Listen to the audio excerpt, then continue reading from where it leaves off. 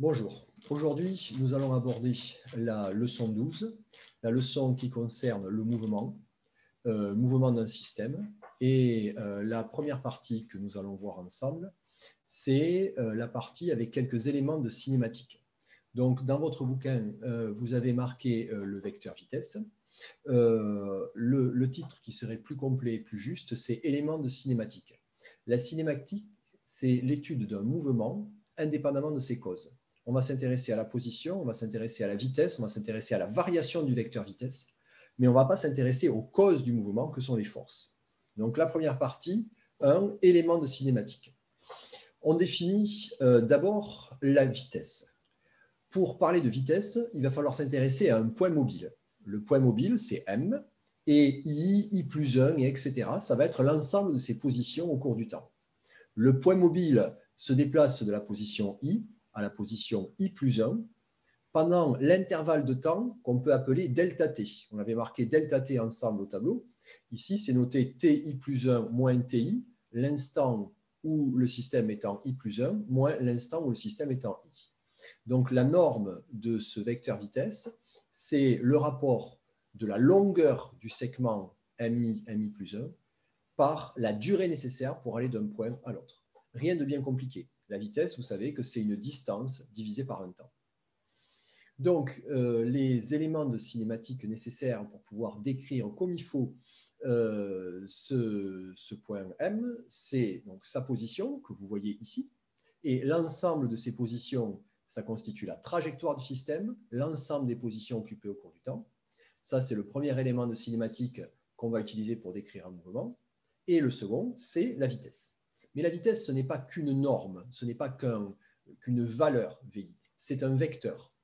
Et ce vecteur qu'on va pouvoir représenter comme celui-là, c'est le vecteur mi plus 1 divisé par une durée, par delta t, on aurait écrit ensemble, ou ti plus 1 moins ti, c'est la même chose. Et donc, ce vecteur vitesse, il a la particularité d'être à chaque instant tangent à la trajectoire. Ici, vous avez la trajectoire, et le vecteur vitesse ne coupe jamais la trajectoire. Le vecteur vitesse, il est tangent à la trajectoire et dans le sens du mouvement.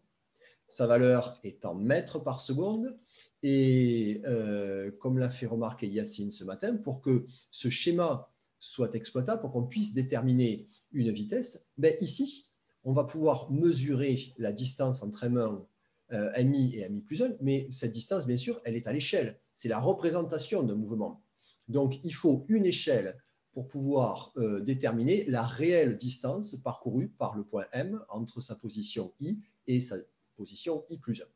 Donc, par exemple, peut-être qu'un centimètre va correspondre dans la réalité à 1 mètre ou 10 mètres ou des distances plus petites. Il faut donc une échelle pour les distances, mais aussi une échelle qui va permettre de représenter les vecteurs vitesse. Vous avez un exemple de cette échelle dans le premier exercice, l'exercice numéro 2 ici. Vous voyez, donc, on a des points qui appartiennent à une trajectoire. On vous donne directement la valeur de la vitesse au point 3 et on vous demande de représenter un vecteur vitesse. Et donc, pour représenter un vecteur vitesse, il va falloir un certain nombre de centimètres pour 0,10 mètres par seconde, pour une certaine valeur de la vitesse. Donc, vous voyez que ici, on a 4,2 fois 10 moins 1 mètre par seconde pour cette vitesse-là, c'est-à-dire 0,42 mètres par seconde. Ce qui va faire un vecteur qui va représenter la vitesse au point 3, un vecteur d'à peu près 4 cm. Okay, donc, vous tracerez un vecteur ici d'à peu près 4 cm. Ça, c'est le sens du mouvement. Donc, le vecteur partira d'ici, dirigé par là, et il ne croise jamais la trajectoire. Voilà pour ces deux échelles qui sont utilisables dans les éléments de cinématique pour étudier la vitesse d'un système. Une échelle pour représenter les positions. Donc ici, combien de centimètres sur le schéma correspondent à quelle distance dans la réalité. Par exemple, 1 centimètre pour 10 cm ou pour 1 mètre. Et ensuite, combien de centimètres on va utiliser pour représenter un vecteur vitesse. Donc combien de centimètres pour tant de mètres par seconde. Donc, on a parlé des vecteurs vitesse, mais on s'intéresse aussi dans cette leçon à la variation du vecteur vitesse. La variation du vecteur vitesse, eh bien, c'est le vecteur vitesse au point i plus 1 moins le vecteur vitesse au point i. On essaye de voir de combien a varié ce vecteur vitesse. Et pour parler de la variation d'un vecteur, le résultat, c'est un vecteur. Alors ici, vous pouvez avoir une idée de la manière dont on va le tracer. Si on connaît le vecteur au point B et le vecteur au point A, eh bien, VB moins VA, qu'est-ce qu'il faut faire? Il faut prendre ce vecteur VA, le décaler et le placer à l'extrémité du vecteur VB, mais en sens inverse, pour avoir moins VA. VB moins VA, vous voyez que la flèche est dans l'autre sens, et le résultat va se lire ici, c'est ce vecteur qui va vers le bas. Ce vecteur-là, c'est delta V, donc B et A. On a la différence du vecteur VB et du vecteur VA qui est ici. Et donc, cette variation du vecteur vitesse, ça va être quelque chose de très utile. Quand on regarde, par exemple, ce mouvement circulaire uniforme, eh bien, la variation du vecteur vitesse, on va s'apercevoir qu'elle est toujours dirigée vers le centre de la trajectoire. La variation du vecteur vitesse permettra de qualifier certains mouvements. Par exemple, pour la Terre qui tourne autour du Soleil, la variation du vecteur vitesse, ça sera un vecteur delta V toujours dirigé vers le centre du Soleil. Voilà pour le vecteur variation de vitesse. Maintenant, le point qu'on va aborder demain mardi, ce n'est pas la somme des forces appliquées au système, ça va être donc le grand 2 dans le cours, grand 2, éléments de dynamique. Donc la dynamique, à la différence de la cinématique, s'intéresse aux causes du mouvement. Donc les causes du mouvement, ce sont les forces. La dynamique s'intéresse aux liens qu'il y a entre les forces et la variation du vecteur vitesse. Et la dynamique a vraiment débuté avec un grand scientifique qui s'appelle Newton.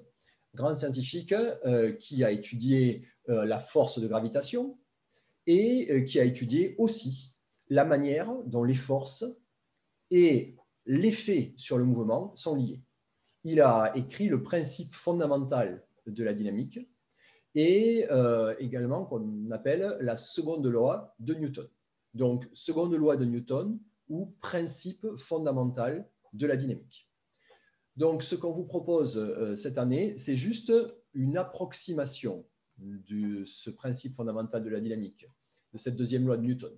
Donc, ce qu'on va voir demain, c'est de façon approchée cette approximation de la seconde loi de Newton. Voilà pour le bout de cours que l'on a fait aujourd'hui après avoir répondu aux questions sur la pression. L'outil dont vous allez avoir besoin pour pouvoir étudier le mouvement d'un système, ça va être Tracker. Donc, Tracker, c'est un logiciel qui va vous permettre, voilà, il arrive, qui va vous permettre d'étudier une vidéo. Donc, vous devez télécharger Tracker et sur mon site, sur la page des terminales, vous avez en bas un lien vers Tracker et son mode opératoire. Donc, on commence par importer une vidéo. On va prendre, par exemple, ici, une vidéo de chute parabolique. Ensuite, on va, pour cette vidéo, dans l'onglet Trajectoire, et on va utiliser un outil de calibration. Il faut donner l'échelle. Donc, on va prendre un bâton de calibration. Et ici, vous voyez le bâton de calibration, Shift, clic, pour marquer le début de ce bâton. Alors, ici. Et puis la fin, là. Donc, on va supposer que j'ai bien cliqué. Et donc, ce bâton fait 1 mètre. Ensuite, il va falloir, pour cette trajectoire, des axes qui soient visibles. Et donc, on va attraper ces axes, on peut les faire tourner, vous voyez, on peut choisir comme on veut la position de ces axes. Et puis, on peut également les déplacer. Alors, on a souvent intérêt à placer ces axes en bas à droite pour avoir des valeurs de X et de Y qui soient positives. Après, on va définir une nouvelle masse ponctuelle. Le système que l'on étudie, c'est une masse ponctuelle qu'on va appeler A. Et on va s'intéresser à son mouvement. Donc ici, clic majuscule pour marquer les positions. Tac, première position, deuxième, troisième, quatrième, etc. Donc on marque toutes les positions les unes à la suite des autres. Vous voyez apparaître à côté le tracé directement de X en fonction du temps.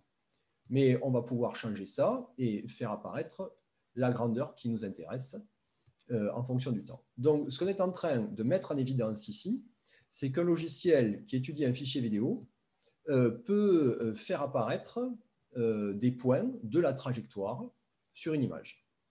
Alors ici, vous ne voyez pas le début de la trajectoire, mais juste la fin, ça n'a pas d'importance. Et on a la position en X, en Y, et on peut faire apparaître plein de choses, comme par exemple le module de la vitesse. Ici, pour ce système, on voit que le module ou la norme de la vitesse diminue au cours du temps jusqu'au sommet de la trajectoire. Ici, on est au sommet, au point le plus haut, la vitesse a diminué, et puis là, elle réaugmente. Voilà donc Tracker, ce logiciel qui peut permettre de faire apparaître des outils de cinématique. Le premier outil de cinématique, donc, c'est la trajectoire. Ici, si on clique là-dessus, afficher ou masquer les vecteurs vitesse. Poum, les vecteurs vitesse apparaissent. Alors, ils sont les uns sur les autres. Ce n'est pas forcément facile à lire. Donc, on peut étirer ces vecteurs vitesse, par exemple x4, pour un peu mieux les voir. On peut voir aussi le vecteur variation de vitesse, qui correspond à l'accélération. Et là aussi, on va pouvoir étirer ces vecteurs pour mieux les voir, par exemple x6. Dans ce mouvement-là, vous voyez que le vecteur accélération est dirigé vers le bas et le vecteur vitesse apparaît à chaque fois tangent à la trajectoire. Voilà ce qu'on a fait aujourd'hui. Cette partie-là, on ne l'a pas détaillée avec vos camarades, on va la refaire demain. Voilà. Désolé pour les problèmes techniques qu'il y a eu ce lundi, et j'espère que cette vidéo vous a permis de rattraper tout cela. Au revoir.